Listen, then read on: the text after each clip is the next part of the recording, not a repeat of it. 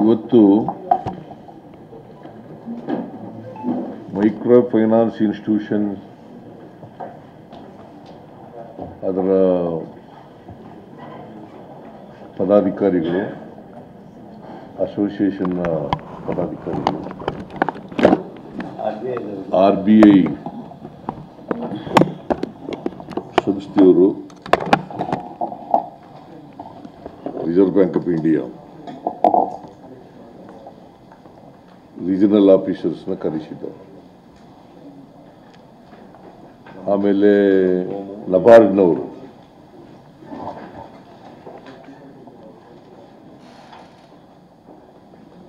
ಜೊತೆಗೆ revenue department, cooperation department, police department, ಆಮೇಲೆ law minister ಮತ್ತು ನಮ್ಮ ಫೈನಾನ್ಸ್ ಡಿಪಾರ್ಟ್ಮೆಂಟ್ನವರು, ಲಾ ಡಿಪಾರ್ಟ್ಮೆಂಟ್ನವರು ಮತ್ತು ಫೈನಾನ್ಸ್ ಡಿಪಾರ್ಟ್ಮೆಂಟ್ನವರು. ಇದರಲ್ಲಿ ಈ ಸಭೆಯಲ್ಲಿ deputy chief minister HK Patil ಅವರು, ಮತ್ತು ನಮ್ಮ ಹೋಮ್ ಮಿನಿಸ್ಟ್ರು, ರೆವಿನ್ಯೂ ಮಿನಿಸ್ಟ್ರು, ನಮ್ಮ ಪೊಲಿಟಿಕಲ್ ಸೆಕ್ರೆಟರಿ ನಜೀರ್ ಅಹಮದ್, ಗೋವಿಂದರಾಜು ಅವರೆಲ್ಲರೂ ಕೂಡ ಭಾಗವಹಿಸಿದರು. ಪೊಲೀಸ್ ಕಡೆಯಿಂದ DG ಮತ್ತು ಇತರ ಪೊಲೀಸ್ನವರೆಲ್ಲ ಬಂದಿದ್ದರು. ರೆವಿನ್ಯೂ ಮಿನಿಸ್ಟ್ರು ಇದ್ದರು, ರೆವಿನ್ಯೂ ಅಧಿಕಾರಿಗಳೆಲ್ಲ ಇದ್ದರು, ಫೈನಾನ್ಸ್ ಡಿಪಾರ್ಟ್ಮೆಂಟ್ನವರೆಲ್ಲ ಇದ್ದರು. ನಾನು ಮೊದಲಿಗೆ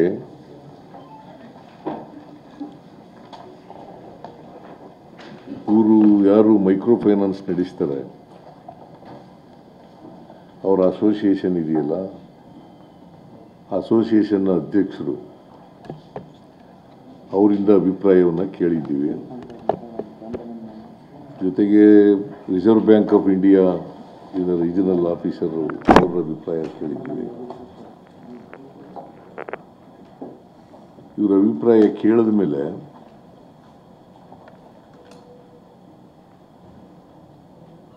ಯಾರೂ ಕೂಡ ಸಾಲ ಕೊಡಬೇಡಿ ಅಂತ ನಾವು ಹೇಳಲ್ಲ, ವಸೂಲು ಮಾಡಬೇಡಿ ಅಂತ ಹೇಳಲ್ಲ. ಆದರೆ ವಸೂಲು ಮಾಡುವಾಗ ಕಿರುಕುಳ ಕೊಡಬಾರ್ದು, ಯಾರಿಗೂ ಎರಾಶ್ ಮಾಡಬಾರ್ದು.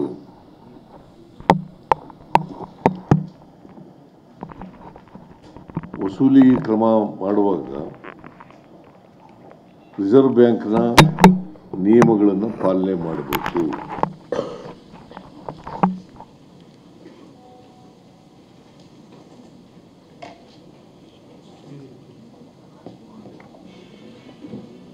ಕಾನೂನು ಏನು ಹೇಳ್ತದೆ ಅದಕ್ಕಿಂತ ಹೆಚ್ಚಾಗಿ ಬಡ್ಡಿಯನ್ನು ವಸೂಲು ಮಾಡಬಾರ್ದು. ಆಮೇಲೆ 5 ಗಂಟೆ ನಂತರ ವಸೂಲಿಗೆ ಹೋಗಬಾರ್ದು.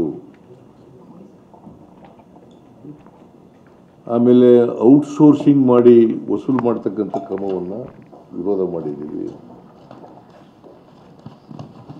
ಅದನ್ನು ಮಾಡಬಾರ್ದು.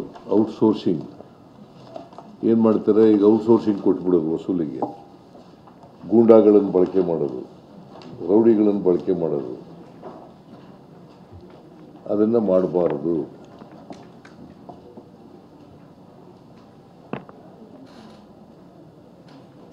ಈ ನಿಯಮಗಳನ್ನು ಯಾರು ಉಲ್ಲಂಘನೆ ಮಾಡ್ತಾರೆ ಅವ್ರ ಮೇಲೆ ಸರ್ಕಾರ ಕಠಿಣವಾದಂಥ ಕ್ರಮ ತಗೊಳ್ತದೆ.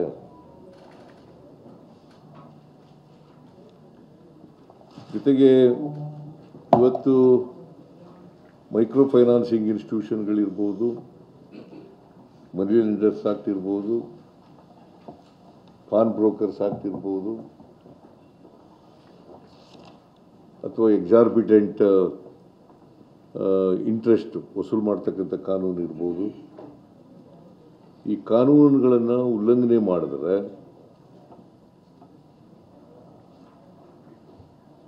ನಾವು ಮುಲಾಜಿಲ್ದೇನೆ ಅವ್ರ ಮೇಲೆ ಕ್ರಮ ತಗೊಳ್ತೀವಿ.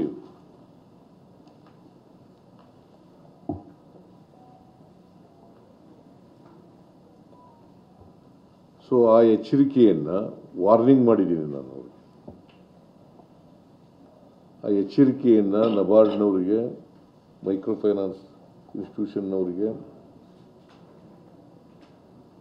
ಮತ್ತು ಬೇರೆ ಮನಿ ಲೆಂಡಿಂಗ್ ಇನ್ಸ್ಟಿಟ್ಯೂಷನ್ಸ್ಗಳಿದ್ದಾವಲ್ಲ ಇವ್ರಿಗೆಲ್ಲ ಕೊಡ್ತಕ್ಕಂಥದ್ದನ್ನು ಮಾಡಿದ್ದೀವಿ.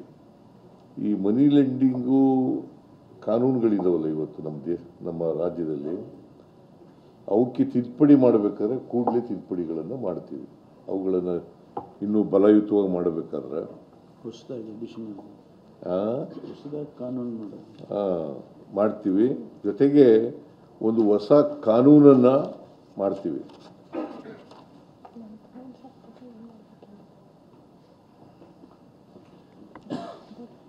ಹೊಸ ಕಾನೂನನ್ನು ಮಾಡ್ತೀವಿ. Only with an interest to give protection to the interest of the borrowers, genuine borrowers.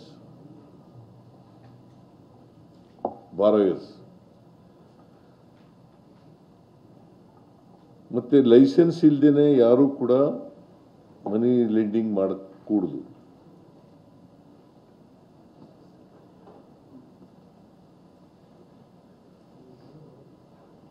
ಪ್ರತಿ ಜಿಲ್ಲೆನಲ್ಲೂ ಕೂಡ ಜಿಲ್ಲಾಧಿಕಾರಿ ಕಚೇರಿಗಳಲ್ಲಿ ಒಂದು ಸಹಾಯವಾಣಿಯನ್ನು ತೆರೀತಕ್ಕಂಥ ಕೆಲಸವನ್ನು ಮಾಡಬೇಕು ಅಂತ ಹೇಳಿದ್ದೀವಿ. ಅಲ್ಲಿ ದೂರುಗಳನ್ನು ಕೊಡಬಹುದು.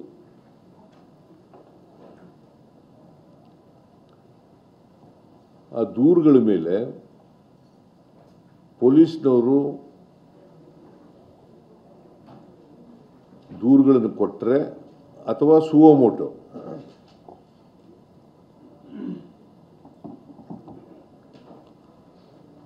if there are violations of the rules, regulations and law,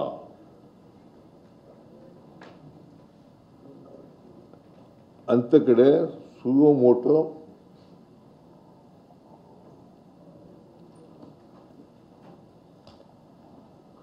ಪೊಲೀಸ್ನವರು ಕ್ರಮ ತಗೊಳ್ತಕ್ಕಂಥ ಕೆಲಸವನ್ನು ಮಾಡ್ತಾರೆ. ಮತ್ತು ಯಾರೇ ಬಲಾತ್ಕಾರದಿಂದ ವಸೂಲು ಮಾಡ್ತಕ್ಕಂಥದ್ದು, ಗೂಂಡಗಳನ್ನು ಬಳಸಿ ಮಾಡ್ತಕ್ಕಂಥದ್ದು, ಎದುರಿಸಿ ಮಾಡ್ತಕ್ಕಂಥದ್ದು,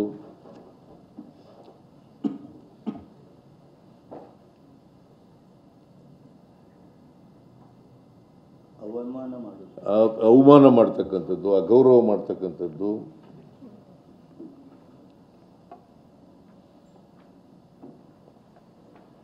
ಅಂಥ ಕಡೆ ಪೊಲೀಸ್ನವರು ಅವರ ಫಿರ್ಯಾದುಗಳನ್ನು ರಿಜಿಸ್ಟರ್ ಮಾಡಿಕೊಂಡು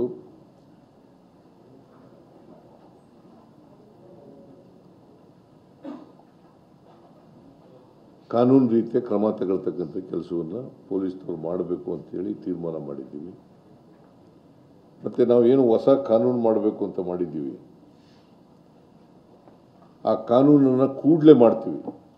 ಅದನ್ನು ಲಾ ಡಿಪಾರ್ಟ್ಮೆಂಟ್ನವರು, ರೆವಿನ್ಯೂ ಡಿಪಾರ್ಟ್ಮೆಂಟು, ಫೈನಾನ್ಸ್ ಡಿಪಾರ್ಟ್ಮೆಂಟು ಮತ್ತು ಹೋಮ್ ಡಿಪಾರ್ಟ್ಮೆಂಟ್ ಚರ್ಚೆ ಮಾಡಿ, ಬೇರೆ ರಾಜ್ಯಗಳಲ್ಲಿ ಈಗ ಆಂಧ್ರ ಪ್ರದೇಶದಲ್ಲೂ ಕೂಡ ಕಾನೂನು ಮಾಡಿದ್ದಾರೆ. ಆ ಕಾನೂನುಗಳನ್ನು ಕೂಡ ನೋಡಿ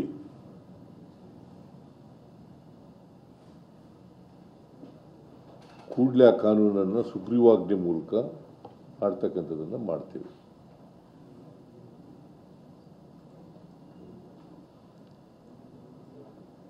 ಕೇಂದ್ರ ಸರ್ಕಾರಕ್ಕೂ ಒತ್ತಾಯ ಮಾಡ್ತೀವಿ. ಆಮೇಲೆ ಕೇಂದ್ರ ಸರ್ಕಾರಕ್ಕೂ ಕೂಡ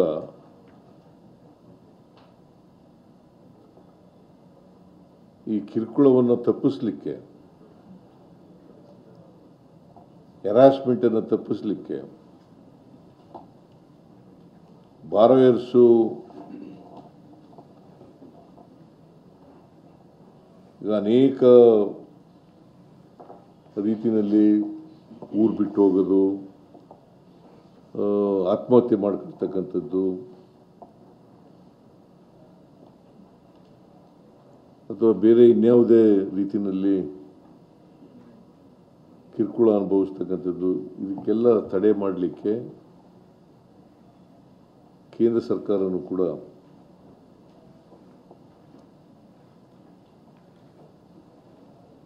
ಕಾನೂನನ್ನು ಮಾಡಬೇಕು ಅಂತೇಳಿ ಒತ್ತಾಯವನ್ನು ಮಾಡ್ತೀವಿ. ಯಾಕಂತಂದರೆ ಇದು ರಿಸರ್ವ್ ಬ್ಯಾಂಕ್ನಲ್ಲೇ ಮೈಕ್ರೋ ಫೈನಾನ್ಸಸ್ಗಳೆಲ್ಲ ರಿಸರ್ವ್ ಬ್ಯಾಂಕ್ನ ಅಡಿನಲ್ಲಿ ಬರ್ತಕ್ಕಂಥದ್ದು. ಅವ್ರು ರೆಗ್ಯುಲೇಟ್ ಮಾಡ್ತಾರೆ.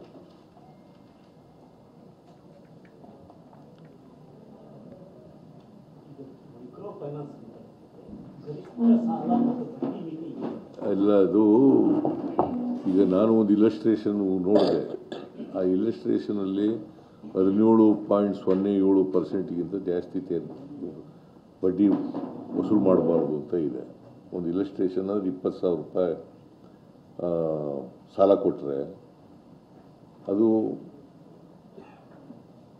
ಏನಾಗುತ್ತೆ, ಕೆಲವು ಎಕ್ಸಾರ್ಬಿಟೆಂಟಾಗಿ 21%, 24%, 29%, 28% ಈ ಥರ ಮಾಡ್ತಾ ಇದ್ದಾರೆ. ಅದರ ನಿಯಂತ್ರಣ ಇಲ್ಲ.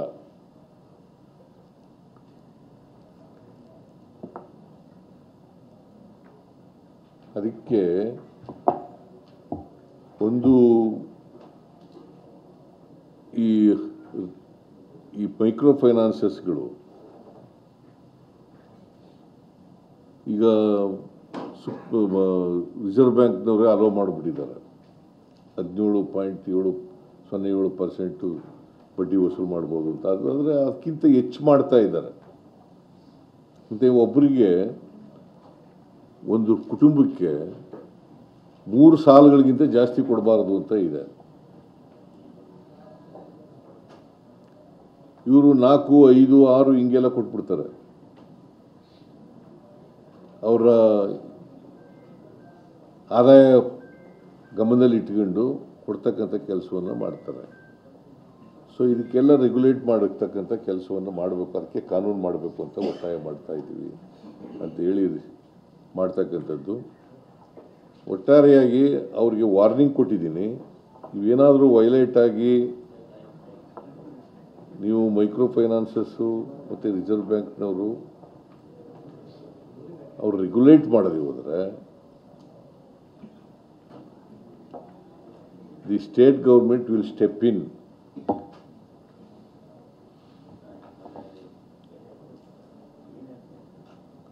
ಪೊಲೀಸ್ನವ್ರ ಮುಂದೆ ಈಗಲೂ ಇದೆ, ಪೊಲೀಸ್ನವ್ರ ಮುಂದೆ ಈಗಲೂ ದೂರುಗಳು ಕೊಟ್ಟರೆ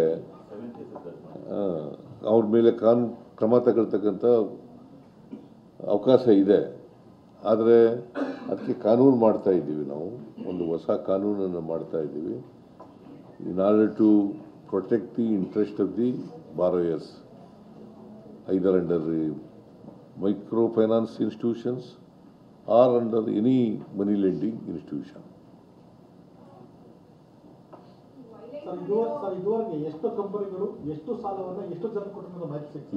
ಈಗ ಸುಮಾರು 39,000ಕ್ಕಿಂತ ಹೆಚ್ಚು ಔಟ್ಸ್ಟ್ಯಾಂಡಿಂಗ್ ಲೋನ್ ಇದೆ ಅಂತ ಎಲ್ಲ ಹೇಳ್ತಾ ಇದ್ದಾರೆ.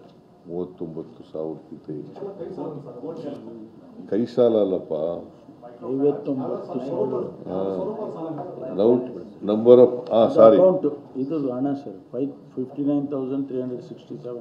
ಇದು amount outstanding in crores 59,367.76, 76 lakh.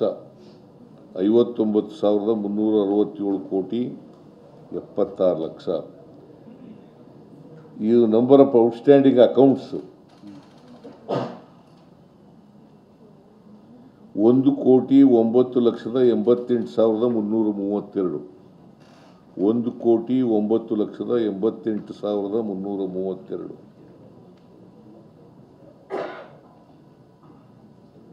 15% of the state.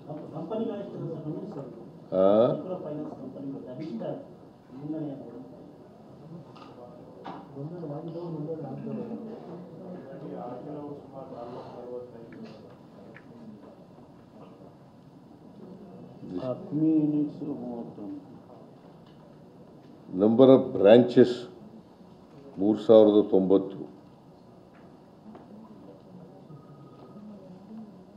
ಹೆಚ್ಚಿನ ವಿಡಿಯೋಗಳಿಗೆ ಪ್ರತಿಧ್ವನಿ ಯೂಟ್ಯೂಬ್ ಚಾನೆಲ್ ಸಬ್ಸ್ಕ್ರೈಬ್ ಮಾಡಿ, ಬೆಲ್ ಐಕಾನ್ ಕ್ಲಿಕ್ ಮಾಡಿ.